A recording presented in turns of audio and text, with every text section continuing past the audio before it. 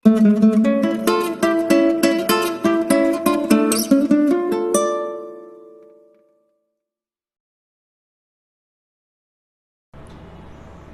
Students, আশা করি তোমরা সবাই খুব ভালো আছো। আজকের ক্লাসে আমরা ক্লাস 12-এর থার্ড চ্যাপ্টার হিউম্যান রিপ্রোডাকশন অর্থাৎ মানুষের জনন যে চ্যাপ্টারটা আছে সেই চ্যাপ্টারটা শুরু করব।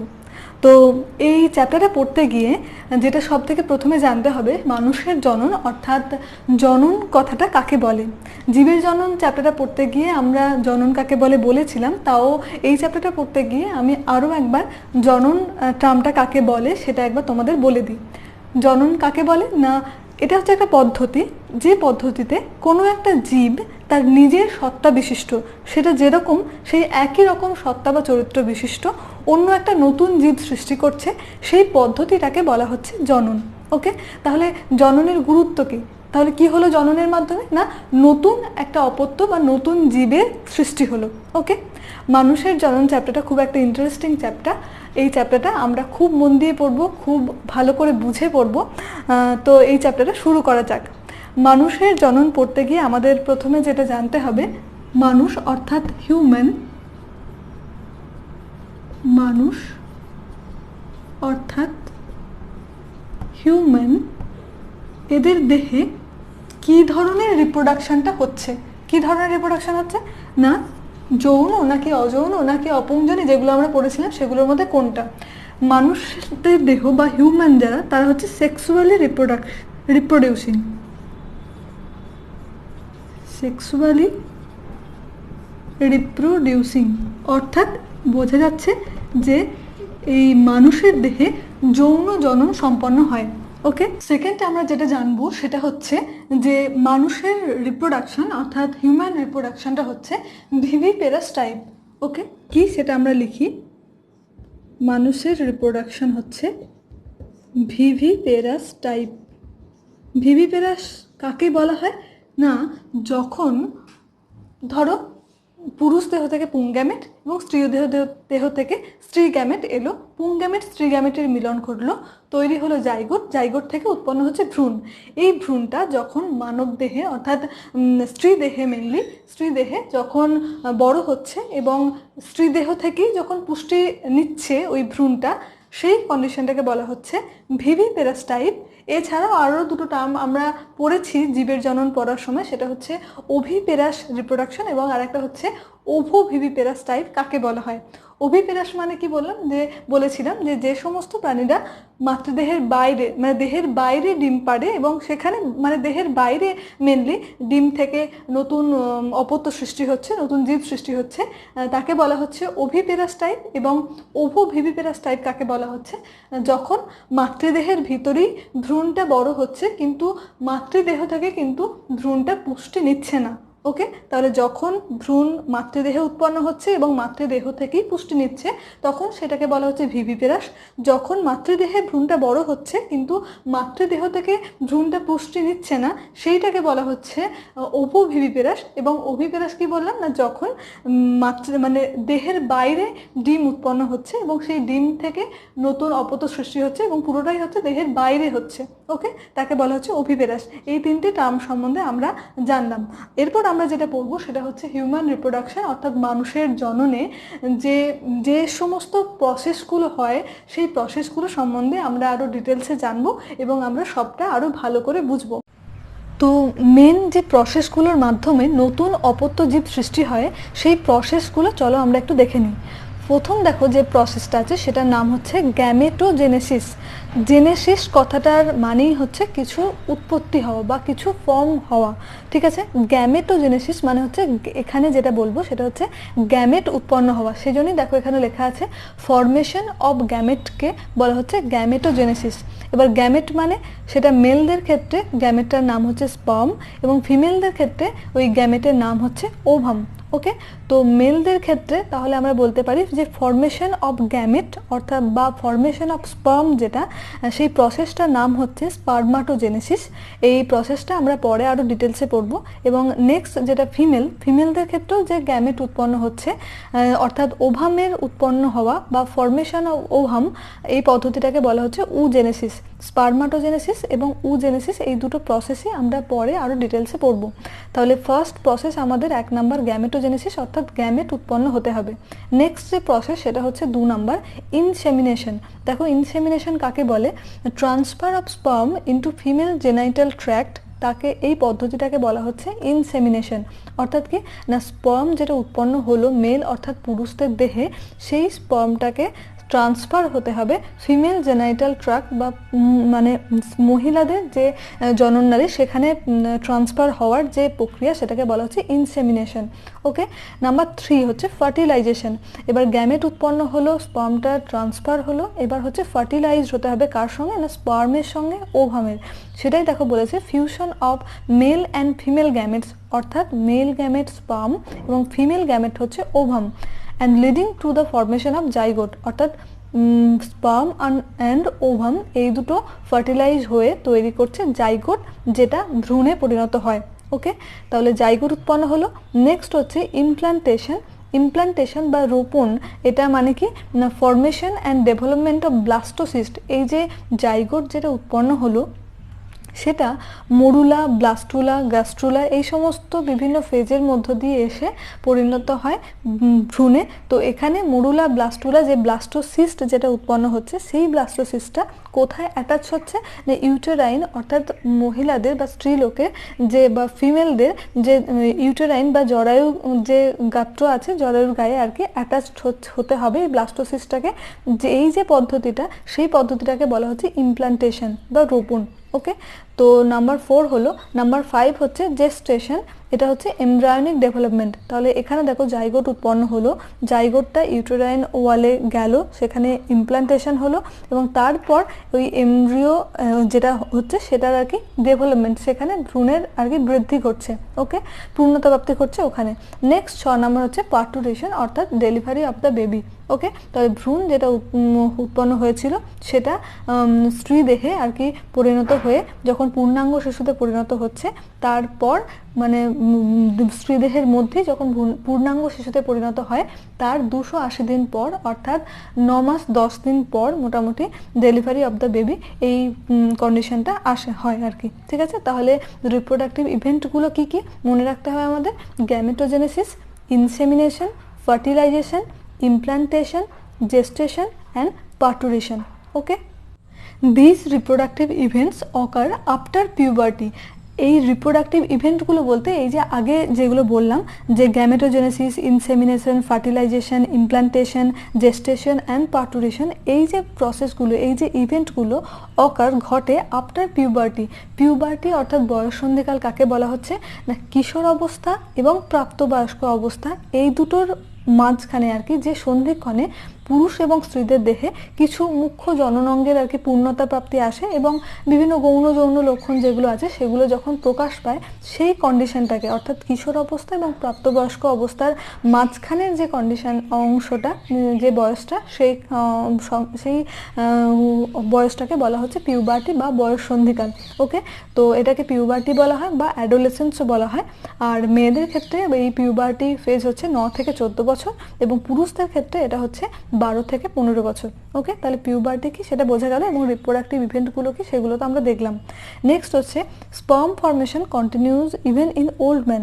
একজন বয়স্ক ব্যক্তির দেহ কিন্তু স্পার্ম ফর্মেশন সেটা কন্টিনিউ হতে থাকে, কিন্তু formation of ovum ceases in women around the age of 50 years. 50 ইয়ার্সের কাছাকাছি 50 ইয়ার্স বয়স হয়ে গেলে একজন মহিলা বা ওমেনদের ক্ষেত্রে কিন্তু ওভাম ফর্মেশনটা কিন্তু সিজ বা বন্ধ হয়ে যায়। ওকে, নেক্সট আমরা এবার চলে আসি মেল রিপ্রোডাক্টিভ সিস্টেম অর্থাৎ পুরুষদের জননতন্ত্র যেটা সেখানে। তো দেখো যে located in the pelvis region, pectoral region আর পেলভিক রিজিয়ন আমি চলন গমন চ্যাপ্টারটা পড়ানোর সময় বলেছিলাম। দেখো প্রত্যেকটা জিনিস এক একটা চ্যাপ্টার সঙ্গে এক একটা চ্যাপ্টার কীরকমভাবে লিঙ্কড। তো এখানে এই মেল রিপ্রোডাক্টিভ সিস্টেমটা পেলভিক রিজিয়নে এটা অবস্থিত এবং এই male reproductive system includes a pair of testis 1 number, 2 number accessory ducts, 3 number glands এবং 4 নাম্বার হচ্ছে এক্সটার্নাল জেনিটালিয়া। ওকে, তো এখানে আমরা প্রথমে যে টেস্টিস আছে সেই টেস্টিসটা সম্বন্ধে পড়ব। এরপর আমরা পড়ব যে টেস্টিস সম্বন্ধে। টেস্টিসটাকে বলা হচ্ছে প্রাইমারি সেক্স অর্গান, অর্থাৎ মুখ্য জনন অঙ্গ। কেন মুখ্য বলা হচ্ছে না, দেখো, helps in sperm production and hormone production. টেস্টিসটা সাহায্য করছে মেন যেটা রিপ্রোডাকশনে লাগে, যেটা স্পার্ম বা মেল গ্যামেট ফর্মেশনে কাজে লাগছে কিন্তু এই টেস্টিস, সেজন্য অর্থাৎ মেন কাজটা যেহেতু করছে সেজন্য টেস্টিসটাকে বলা হচ্ছে প্রাইমারি সেক্স অর্গান। তো এখানে helps in sperm formation, sperm ফর্মেশনটা তো জানি, যাকে বলা হচ্ছে স্পার্মাটোজেনেসিসে সাহায্য করছে আমরা বলতে পারি। এবং নেক্সট হচ্ছে হরমোন প্রোডাকশন। হরমোন মানে হচ্ছে টেস্টোস্টেরন হরমোনটা প্রোডাকশনে সাহায্য করে। ওকে, 1 নাম্বার হলো। এবং কেন এটাকে প্রাইমারি সেক্স অর্গান বলে অর্থাৎ মুখ্য জনন অঙ্গ বলে সেটা আমরা জানলাম। ওকে, এই টেস্টিসটা situated outside the abdominal cavity, অর্থাৎ অ্যাবডোমিনাল ক্যাভিটির বাইরে এটা অবস্থিত। ওকে, এবং কোথায় অবস্থিত অ্যাবডোমিনাল ক্যাভিটির বাইরে? উইথিন আ স্যাক লাইক স্ট্রাকচার, যেটাকে বলা হচ্ছে স্ক্রোটাম। টেস্টিস বা শুক্রাশয়টা শুক্রাশয়ের থলি বা স্ক্রোটামের মধ্যে অবস্থিত।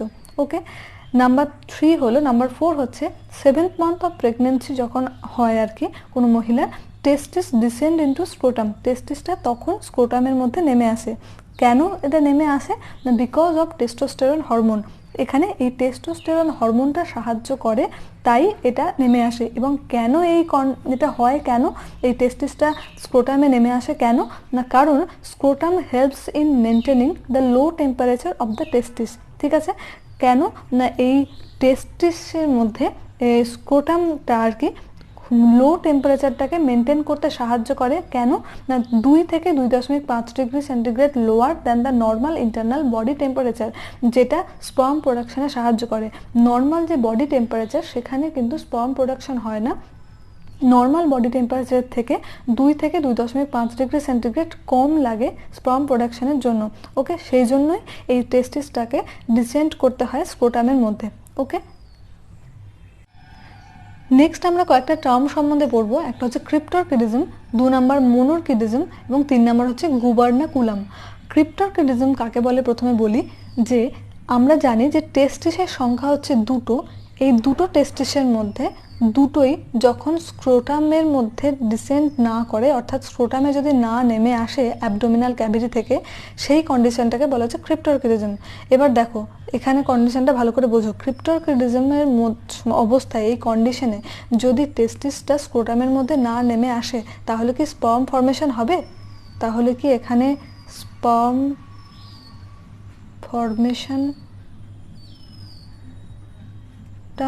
হবে নাকি হবে না? ক্রিপ্টরকিডিজম কন্ডিশনে হবে না, কারণ স্পার্ম ফর্মেশনের জন্য সবসময় বডি টেম্পারেচার থেকে 2 to 2.5 degree centigrade lower temperature লাগে। যদি টেস্টিসটা স্ক্রোটামের মধ্যে না নেমে আসে তাহলে কি করে স্পার্ম ফর্মেশন হবে? তাহলে ক্রিপ্টরকিডিজম কন্ডিশনে স্পার্ম ফর্মেশনটা হবে না। ওকে, নেক্সট চলে আসে মোনোরকিডিজম। মোনো কথাটা হচ্ছে একটা, টেস্টিস যেহেতু 2টো ছিল তাই শিশু জন্মাবার পর যদি 2টো টেস্টিসের মধ্যে একটা স্ক্রোটামে নেমে আসে এবং একটা উদর গহ্বর বা অ্যাবডোমিনাল ক্যাভিটির মধ্যেই থেকে যায়, তখন সেই কন্ডিশনটাকে বলা হচ্ছে মোনোরকিডিজম। ওকে, বোঝা গেছে। নেক্সট চলে আসে গুবার্নাকুলাম। গুবার্নাকুলাম কি না, এই হচ্ছে ধরো স্ক্রোটাম, স্ক্রোটামের মধ্যে হচ্ছে টেস্টিস 2টো। এই টেস্টিসের সঙ্গে বা শুক্রাশয়ের সঙ্গে এই স্ক্রোটাম বা শুক্রাশয়ের থলিটা কিছু তন্তুময় অংশ দ্বারা যুক্ত থাকে, অ্যাটাচ থাকে। সেই তন্তুময় অংশগুলোকে বলা হচ্ছে গুবার্নাকুলাম। ওকে, তাহলে এই 3টে টার্ম আশা করি বোঝা গেছে। এখানে যেগুলো লেখা আছে সেগুলো কিন্তু সব এনসিইআরটি বই থেকেই লেখা আছে, তাই এনসিইআরটি বইটা যদি তোমরা একটুখানি দেখো, দেখবে এই লাইনগুলোই কিন্তু লেখা আছে। নেক্সট আমরা চলে আসি, দেখো কি বলেছে। In adults each testis is oval in shape with a length of about 4 to 5 cm and width of 2 to 3 cm। অর্থাৎ অ্যাডাল্ট বা বয়স মানে প্রাপ্তবয়স্কদের ক্ষেত্রে কি হয় না, টেস্টিস বা শুক্রাশয়টা হচ্ছে ডিম্বাকার শেপ হয় এবং এর লেন্থটা হচ্ছে 4 থেকে 5 সেন্টিমিটার এবং উইথ বা প্রস্থ যেটা সেটা হচ্ছে 2 থেকে 3 সেন্টিমিটার। ওকে, নেক্সট দেখো, the testis is covered by a dense covering okay, তাহলে টেস্টিস বা শুক্রাশয়টা একটা ডেন্স কভারিং দিয়ে কভার করা থাকে। তারপর each testis has about 250 compartments call testicular lobule. তাহলে টেস্টিস যেটা ছিল তার মধ্যে অনেকগুলো প্রকোষ্ঠ থাকে যেগুলোকে বলা হচ্ছে টেস্টিকুলার লোবিউল, এবং যার সংখ্যা হচ্ছে 250টা। ওকে, নেক্সট দেখি ইচ লোবিউল, এই যে 250টা কম্পার্টমেন্ট বা lobule, each lobule contains 1 to 3 highly coiled seminiferous tubule. seminiferous tubule মানে হচ্ছে যে শুক্রাণু উৎপাদক নালিকা। ওকে, ইন হুইচ স্পার্মস আর প্রডিউসড, এই যে বলেছে যেখানে স্পার্ম উৎপন্ন হয়, অর্থাৎ সেমিনিফেরাস টিউবিউলের আরেকটা নাম হচ্ছে শুক্রাণু উৎপাদক নালিকা। তাহলে এখানটা কি বললাম সেটা একটু আমি ছবির সাহায্যে একটু বুঝিয়ে দিই। এই ধরো একটা শুক্রাশয়, এর মধ্যে এই পুরোটা ওভালিন শেপ, এর মধ্যে কতগুলো প্রকোষ্ঠ থাকে, এরকম এরকম প্রকোষ্ঠ থাকে। ঠিক আছে, এই প্রকোষ্ঠগুলোর সংখ্যা হচ্ছে 250। এরকম করে আমি এখানে 4টে দেখালাম, এরকম করে 250টা কম্পার্টমেন্ট থাকে এক একটা টেস্টিসের মধ্যে। এটা হচ্ছে টেস্টিস বা শুক্রাশয়। ওকে, এবং প্রত্যেকটা প্রকোষ্ঠ থেকে একটা থেকে তিনটে, একটা দুটো তিনটে, এরকম একটা থেকে তিনটে সেমিনিফেরাস টিউবিউল, সেমিনিফেরাস টিউবিউল বা শুক্রাণু উৎপাদক নালিকা থাকে। ওকে, এবং এই যে বললাম প্রত্যেকটা প্রকোষ্ঠ বা লোবিউল থেকে সেমিনিফেরাস টিউবিউল বের হয় একটা থেকে তিনটে। Each seminiferous tubule is lined on its inside by 2 types of cells called male germ cell, যাকে বলা হচ্ছে স্পার্মাটোগোনিয়া, এবং আরেকটা হচ্ছে সার্টোলি সেলস। তাহলে সেমিনিফেরাস টিউবিউলের মধ্যে মেল জার্ম সেল থাকে এবং সার্টোলি সেল থাকে। ওকে, মেল জার্ম সেল যেগুলো সেগুলো undergo meiotic division and finally leading to sperm formation. Sperm formation অর্থাৎ স্পার্মাটোজেনেসিস পড়তে গিয়ে আমরা এটা দেখব যে মেল জার্ম সেলটা মিওটিক ডিভিশন হয় এবং তারপর সেটা স্পার্ম ফর্ম হয় সেখান থেকে, মেল জার্ম সেল থেকে। নেক্সট হচ্ছে সার্টোলি সেল, যেখানে সার্টোলি সেলটা provide nutrition to the germ cell. ঠিক আছে, তাই সেজন্য এই সার্টোলি সেলটাকে নিউট্রিটিভ সেলও বলা হয়ে থাকে। Okay, the regions outside the seminiferous tubules called interstitial space. তাহলে আমরা দেখলাম টেস্টিস, টেস্টিসের মধ্যে কতগুলো কম্পার্টমেন্ট বা প্রকোষ্ঠ, তার মধ্যে থাকে সেমিনিফেরাস টিউবিউল। সেমিনিফেরাস টিউবিউলের মধ্যে আমরা দেখলাম male germ cell and sertoli cell. তাহলে এই সেমিনিফেরাস টিউবিউলের বাইরে যে অংশটা, সেই অংশটাকে বলা হচ্ছে ইন্টারস্টিশিয়াল স্পেস, যেখানে কি থাকে না contain small blood vessels and interstitial cells or Leydig cells. এটা খুব ইম্পর্টেন্ট, লেডিক সেলস বা ইন্টারস্টিশিয়াল সেলসটা। ঠিক আছে, এটার কাজ কি না synthesize and secrete testicular hormone call androgen. এছাড়াও এই লেডিকের কোষ বা ইন্টারস্টিশিয়াল সেল যেটা, সেটা ICSH নামক একটা হরমোন আছে, সেই হরমোনকে প্রভাবিত করে টেস্টোস্টেরন নামক হরমোন ক্ষরণ করতেও কিন্তু সাহায্য করে এই লেডিকের আন্তর্কোষ ইন্টারস্টিশিয়াল সেল বা লেডিকের সেল বা লেডিকের কোষ। আমরা দেখেছিলাম যে মেল রিপ্রোডাক্টিভ সিস্টেমটা একজোড়া টেস্টিস, এ পেয়ার অফ টেস্টিস, কিছু অ্যাক্সেসরি ডাক্টস, কিছু অ্যাক্সেসরি গ্ল্যান্ডস এবং এক্সটার্নাল জেনিটালিয়া, এগুলো নিয়ে হচ্ছে গঠিত। তাহলে আমরা টেস্টিস সম্বন্ধে পড়লাম। নেক্সট আমরা চলে আসি আদার যে অ্যাক্সেসরি ডাক্টসগুলো ছিল সেগুলোতে। নেক্সট তাহলে শুরু হচ্ছে যেটা, সেটা হচ্ছে রেটি টেস্টিস থেকে। রেটি টেস্টিস, নেক্সট ভাসা ইফারেন্সিয়া, নেক্সট এপিডিডাইমিস এবং তারপর হচ্ছে ভাস ডিফারেন্স। এগুলো কোথায় আছে সেগুলো আমরা ছবিতে দেখব, তার আগে এখানে যেটা আছে সেটা একটু পড়ে নিই। The seminiferous tubules of the testis open into the vasa efferentia through the রেটি টেস্টিস। ওকে, পড়ে নিয়ে আগে, তারপর আমি পুরোটা ছবি এঁকে বোঝাচ্ছি। দ্য ভাসা ইফারেন্সিয়া লিভ দ্য টেস্টিস, ভাসা ইফারেন্সিয়াটা টেস্টিস ছাড়ে and open into the epididymis located along the posterior surface of each testis. Okay, এবং তারপর বলেছে কি দেখো, the epididymis leads to vas deferens that ascends to the abdomen and loops over the urinary bladder. তাহলে আমি এটা একটু ছবি এঁকে তোমাদের বোঝাই। এখানে তোমরা দেখতে পাচ্ছ নিশ্চয়ই যে এটা হচ্ছে টেস্টিস বা শুক্রাশয়। এই শুক্রাশয়ের মধ্যে দেখতে পাচ্ছ এক একটা এরকম প্রকোষ্ঠ, বা লোব বা কম্পার্টমেন্ট, যেটা সংখ্যা বলেছিলাম 250, 250টা। এবং এই লোবগুলোর মধ্যে এগুলো যেগুলো দেখতে পাচ্ছ, এই যে দেখো এখানে পয়েন্টিং করাই আছে সেমিনিফেরাস টিউবিউল, এর মধ্যে এইগুলো হচ্ছে সেমিনিফেরাস টিউবিউল, এবং সেমিনিফেরাস টিউবিউলগুলো পরস্পর যুক্ত হয়ে তৈরি করছে রেটি টেস্টিস। ওকে, সেমিনিফেরাস টিউবিউলগুলো এই যে এগুলো পরস্পর যুক্ত হয়ে তৈরি করছে রেটি টেস্টিস। রেটি টেস্টিসটা আবার পরবর্তী ক্ষেত্রে এগুলো তৈরি করেছে ভাসা এফারেন্সিয়া, দেখো পয়েন্টিং করা আছে ভিতরে ভাসা এফারেন্সিয়া। ওকে, ও এবং এই ভাসা এফারেন্সিয়াটা পরপর যুক্ত হয়ে তৈরি করেছে দেখো এপিডিডাইমিস, এখানে পয়েন্টিং করা আছে, এই পুরোটা হচ্ছে এপিডিডাইমিস। এবং এই এপিডিডাইমিস থেকে যে নালীটা বা ডাকটা এখান থেকে বেরিয়েছে সেটাকে বলা হচ্ছে ভাস ডিফারেন্স। তাহলে এখানে বা মেল রিপ্রোডাক্টিভ সিস্টেমে যে অ্যাক্সেসরি যে ডাক্টগুলো আছে তার মধ্যে কি কি পড়লাম, 1 নাম্বার হচ্ছে এখানে সেমিনিফেরাস টিউবিউল, এখানে রেটি টেস্টিস, তারপর ভাসা এফারেন্সিয়া, নেক্সট এপিডিডাইমিস পুরোটা, এবং তারপর হচ্ছে ভাস ডিফারেন্স। ওকে, আশা করি এখানে ছবিটা দেখে বোঝা গেছে। তাহলে কি বললাম, the epididymis leads to vas deferens that ascends to the abdomen and loops over the urinary bladder। তাহলে দেখলাম একটু আগে ছবিটাতে যে এপিডিডাইমিস থেকে যে ভাস ডিফারেন্স যে নালীটা বের হয়েছে সেটা কোথায় যায় না অ্যাসেন্স টু দ্য অ্যাবডোমেন, অর্থাৎ উদর গহ্বরে আবার চলে যাচ্ছে, ঠিক আছে, abdomen and loops over the urinary bladder, অর্থাৎ ইউরিনারি ব্লাডার বা মূত্রথলিটাকে লুপস করে থাকে আর কি, পেঁচিয়ে থাকে। নেক্সট কি বলেছে, it receives a duct from seminal vesicle and opens into the urethra as the ejaculatory duct. ঠিক আছে, তাহলে এটা কি বললাম যে সেমিনাল ভেসিকল থেকে এটা আসে এবং কি করছে, ওপেন হচ্ছে ইউরেথ্রাতে।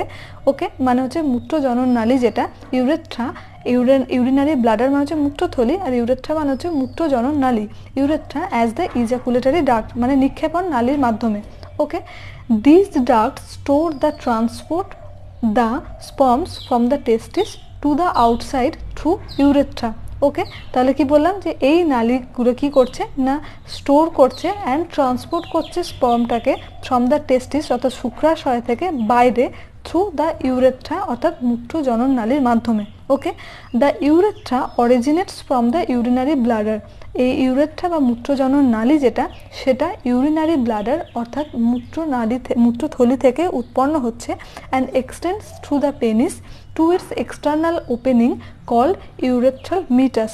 ওকে, তাহলে আমরা এখানে একটু ছবিটা দেখে নিই। তাহলে ছবিটায় দেখো এই যে টেস্টিকুলার লোবিউলস মানে টেস্টিসের মধ্যে যে প্রকোষ্ঠগুলো আছে সেখান থেকে সেমিনিফেরাস টিউবিউল বের হয়, সেগুলো যুক্ত হয়ে তৈরি করছে রেডি টেস্টিস, রেডি টেস্টিসগুলো পরস্পর যুক্ত হয়ে তৈরি করছে ভাসা এফারেন্সিয়া, এবং সেগুলোর পর এটা কোথায় উন্মুক্ত হচ্ছে, ওপেন হচ্ছে এপিডিডাইমিসে।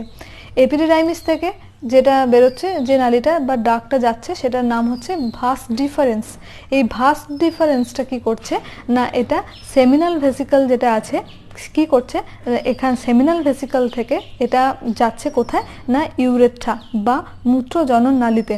ওকে, এবং কার মাধ্যমে যাচ্ছে না এই ভাস ডিফারেন্সটা সেমিনাল ভেসিকল হয়ে যাচ্ছে হচ্ছে ইউরেথ্রাতে, এখানে মাঝখানে আছে ইজাকুলেটরি ডাক্ট বা হচ্ছে নিক্ষেপণ নালী, যেখানে কি হয় না স্পার্মটা কিছুক্ষণ স্টোর থাকে এবং সেটা ট্রান্সফার হচ্ছে।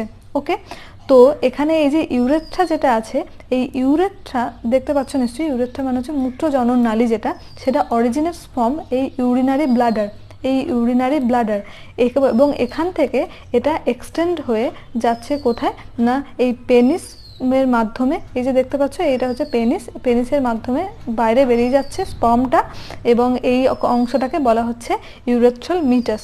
ওকে, তাহলে আশা করি ছবিটা দেখে বোঝা গেছে।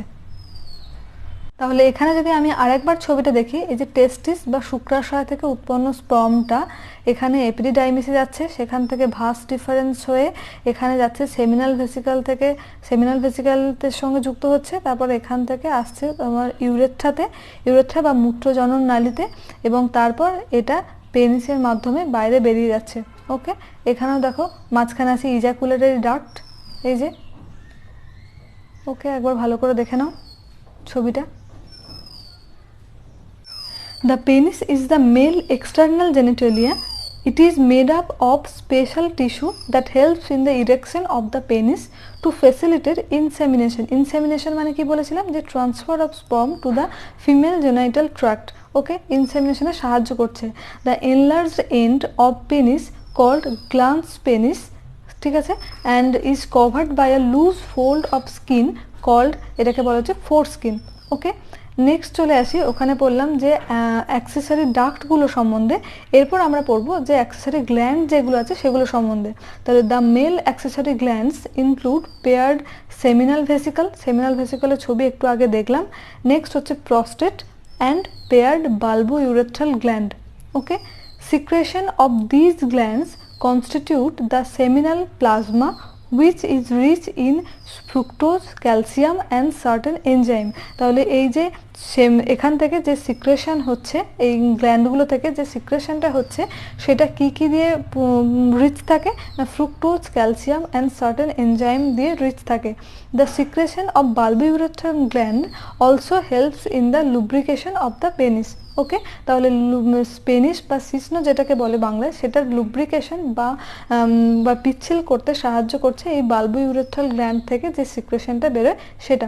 ওকে, তাহলে আজকের ক্লাসে আমরা ক্লাস 12-এ থার্ড চ্যাপ্টার হিউম্যান রিপ্রোডাকশন এই চ্যাপ্টারটা সম্বন্ধে পড়লাম। এই চ্যাপ্টার মধ্যে আমরা আজকে মেনলি মেল রিপ্রোডাক্টিভ সিস্টেম সম্বন্ধে পড়লাম। নেক্সট ক্লাসে আমরা ফিমেল রিপ্রোডাক্টিভ সিস্টেম সম্বন্ধে ডিটেলসে পড়ব। ওকে, তো এইটুকুর মধ্যে যদি তোমাদের কিছু বুঝতে অসুবিধা হয় তাহলে তোমরা অবশ্যই আমাকে কমেন্ট করে জানিও, এবং যদি তোমরা বুঝে থাকো, তোমাদের যদি ভালো লেগে থাকে এই ক্লাসটা, তোমরা তোমাদের বন্ধুবান্ধবদের সঙ্গে এই চ্যানেলটা যতটা পারো শেয়ার করো, এবং অবশ্যই আমাকে কমেন্ট করে জানিও যদি তোমাদের ভালো লেগে থাকে। ওকে, তো দেখা হবে পরের ক্লাসে। ততদিন তোমরা সবাই খুব ভালো থেকো।